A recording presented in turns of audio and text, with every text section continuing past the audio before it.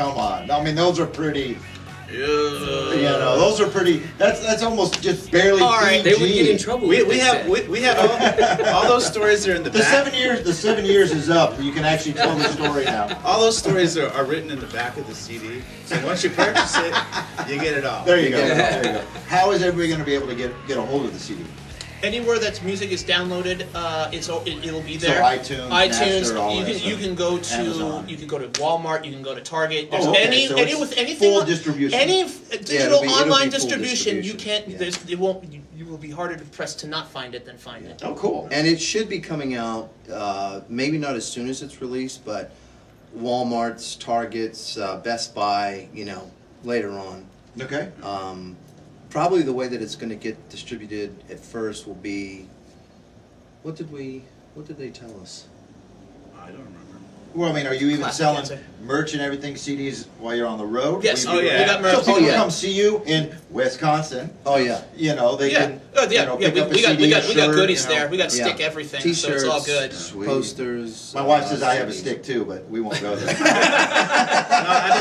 I believe Best Buy and Walmart were the first two that were going to get the Those are the first little push. Yeah. Those are the good spots. As far as physical. Physical, Right. Yeah. physical release. So right there next to the. It's been released digitally. Yeah. Oh, it just, on iTunes? yeah, on iTunes, Okay. anything that you can get music on the net, Uh-huh. it's there. Okay, cool. It's Right there. now. So if this interview has aroused you in any way, Yes. go after Please it. go buy. Do I need to put a disclaimer? You know.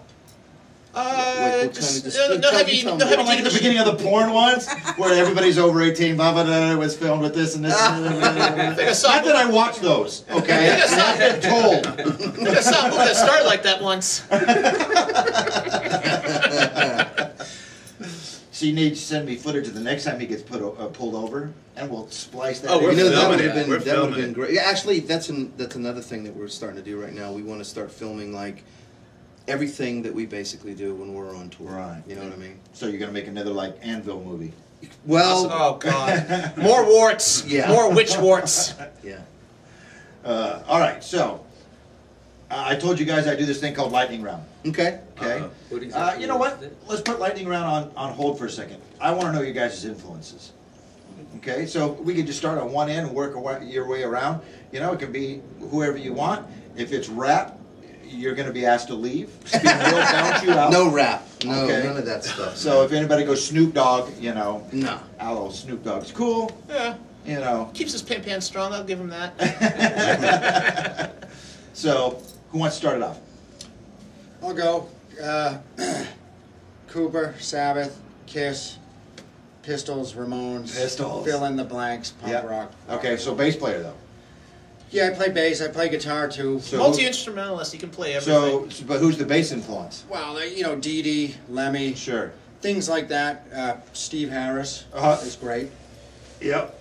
And, you know, just there's a lot of great players out there. The Every time guys, somebody says Lemmy, all I can think is, Well, tell them what happened with you and Lemmy at the Marky Ramone tribute. Marky Really? Ramone tribute. Yeah, I did a gig, actually. It was me and Mike Stone played a gig for the Marky Ramone Drum Scholarship at MI in Hollywood. Okay. And I played bass, and Mike was on guitar, and there was, you know, sort of different guys coming through, and Lemmy was one of the bass players. Uh-huh. Took a couple songs. And he gave me the ultimate compliment when I did a block of songs like Shock Treatment and stuff like Right. that, a lot of the heavy, fast Ramone stuff, and he goes to me, it was an education, won't you knew. cool. Coming from Lemmy. Now, that's Right. that's a cool. Yeah. That was pretty good. That's I can huge. quit now and I'm okay. Right. Lemmy influenced Now I a can ton of die. bass players. Yeah. You know. So that was nice to. He was a really nice guy, and also the other guys that were playing bass there was Joey Vera from Armored Saint, Sure. and James Lamenzo, who played with Zach Wilde. Right, yeah. And he doesn't like to talk about it, but White Lion. When I met Lemmy once, and it was just a quick, he was just signing autographs, and he says, who do you want me to make it out to? And I said, make it out to Naked Dave. And he stops writing, and he looks up, and he goes, well, you don't look very naked to me. And then told my wife she was beautiful. But every time anybody even says the word Lemmy, all I can think of is Airheads. You know, who would win in a wrestling match, Lemmy or God? You Trick know? question. All right. Me, modern day, you know, like Green Day, Offspring, Right. some of the more modern punk bands that are out right now. Sure. But I have a weird beginning is I used to listen to a lot of reggae music. Okay. So wow. yeah, Okay. a lot of our songs have Should he leave now? Back up. and a lot of hip hop too. So Right. I mean, Okay, Chris, bounce, please. Get him out of here. Get the dog. The straight jacket. so in a lot of our songs we have this kind of rapid fire Sure. lyric style that's not really rap, but it's Right. not really singing. It's Sure. kind of in between. Yeah. You know, and I've noticed that, you know, most musicians, they have one mainstream that they just love, but they always have this secret passion, you know, that nobody, you know, like, I love the old American standards. How could you not? Well, yeah, Frankie and Dino and all these, I love that stuff. And, but I've noticed everybody, my guitar player, huge metal guitar player, loves techno. You know? You know, so I've noticed, and they don't ever tell anybody, but if you ask, you know, guys, full-on metal guys, death, and they'll go, yeah, I like Toto. It's a great band, though, man. Toto's a great band. Well, I mean, I heard that Ozzy only listens to Sting. That's what he likes. Really? Yes. That's what he likes. He Sting's loves the it. man. Well, and Sting is Sting. I mean, Yeah. he's The a man. phenomenal. But you know, you think musician. with Ozzy coming from Sabbath, and Right, right. where he's at, you know. Yeah, Yeah, you would think his Sting. stuff was the Yardbirds and Yeah. you know and all Oh, that yeah. stuff. Right. You know. Right. Without question. Yeah, I kind of took, we take rock music and kind of corrupt it with the stuff I like. Well, believe it or not, should he have steel drums up there? Well, it's funny because that sound check earlier, I don't know if you heard, we have a hip hop loop that we had to sound check. Yeah. Get out! Just get out! It's not really. It's not. And you're halfway there. It is a hip hop loop. It is. It just admit it is. It just it is. It is. It's a filler. I know, I It's chose a it. filler. But it's just there for padding. You know. Yeah, we He'll play send live me drums over it. songs. You know, he'll like send me WAV files, and I'll like take a listen to them, and some of them are starting to really lean toward that reggae stuff, and I'm like, dude, come on, send me something else, please. So we end up mixing it. Your influences. Well, I've been around a lot of great musicians. My father is a proficient guitar player, bass player. He's like every instrument he touches, he can play really well. So music was brought I up to hate me. people like that. Yeah, and his father was like even better than him, so like I feel like even worse. But I grew up on guys like Dwayne Allman. I grew up with Buckethead. I grew up with obviously Zakk Wylde, Eddie Van Halen, the British Blues Invasion. I played jazz for years in high school. I did a lot of studying guitar on my own. I did music theory, and And now you're playing I'm just playing punk music. Three chords. three chords. No diminished sevenths or anything like that. no Phrygian minor chord, chord scales or anything. Yeah. So I got to leave all that for like my Toto side project. Now it's just, dude, it's CGA. That's it. Yeah, exactly. And right. I absolutely love I love guys like John Five and Buckethead. These guys that can write in every genre, Right. but they're not listed in that. And that's what I try to be like. Just play something that makes me happy, even if it's like a Kelly Clarkson song or like a Cannibal Corpse song. As long as I'm playing Wait, music. Cannibal Corpse. Hey, you ever heard of Cannibal Corpse? Had to do that. I'm sorry. That's all good, brother. But no, I really do love it. I can listen to everything and find an appreciation because I do a lot of studio work in Los Angeles, and being asked to do so many things, You're so many right. different styles so quickly, Right. and with the gun under you, pretty much, Sure. you have to be able to kind of really let loose and just feel it, and that's why I almost feel I'm almost more comfortable when I'm not in my comfort zone. Okay. I know it sounds weird, but like the pressure when it gets on there, it just makes me work better. Kind of like having sex for the first time. I'm still waiting on that. All right, your influences. A lot of 80s metal and currently like industrial metal and dubstep dance music kind of stuff. Skrillex, Okay. stuff like that. Dubstep dance. Yeah. Okay, explain that to me. It's like really it's a lot of bass and drums, and it's just really kind of crazy music. Okay. Electronic. I'm into electronic music a lot. Right. But Tony Iommi was that's what got me playing guitar. Right, right. Tony Iommi was just amazing. Black Sabbath and Randy Rhoads. Sure. And then for bass, because I play all instruments. Okay. So for bass, it was Geezer Butler. Geezer Oh, Butler Geezer, was I like forgot Yeah. to mention most Geezer. amazing. See, bass player, I'm a huge John Deacon fan too. Yeah. cool. Yeah, there's too many to list, you know? Yeah, because George Harrison. Sorry, I'm better. John he didn't play a lot. He wasn't real busy, but what he put in was so tasteful, and it seemed like it was perfect every time. Well, I It like wasn't Geezer. overdone. It was wasn't just like underdone. walking all over a place. You know, it's just like amazing. They were a jazz band that had a stoner moment, and they just made some of the best music ever. Plain simple. All right. I would say Alex Van Halen, John Bonham, Cool.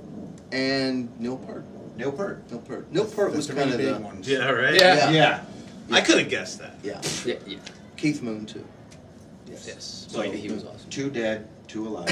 Wait, who's the other guy that's dead? Moon Oh, and, John Bonham. That's right. Where you been? I'm done. I'm out. I'm done. Come back. I'm sorry.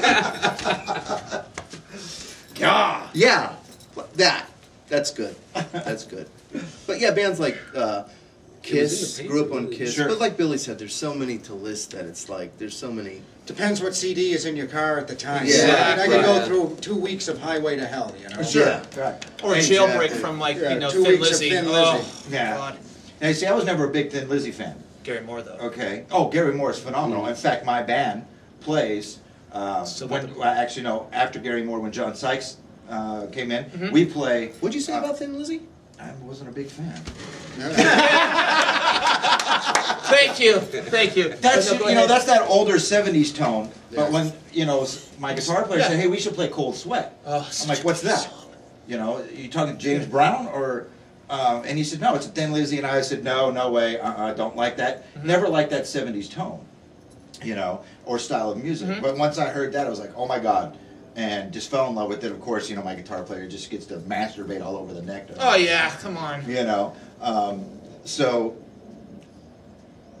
yeah, sorry, not a big Thin Lizzy fan. You know, actually, to tell you Either the of truth, I never got into Thin Lizzy either. See, I was right at the perfect age where when I was like 12 and 13, it was Kiss, Ted Nugent, That's Pink right. Floyd, you know. The goods. But then right when you're getting old enough to start going, hey, you know what? This is what I really like, is when I first heard the Scorpions, you know, Love Drive album, when somebody handed me the album of Motley Crue, you know, the very first Motley Crue album. That EP.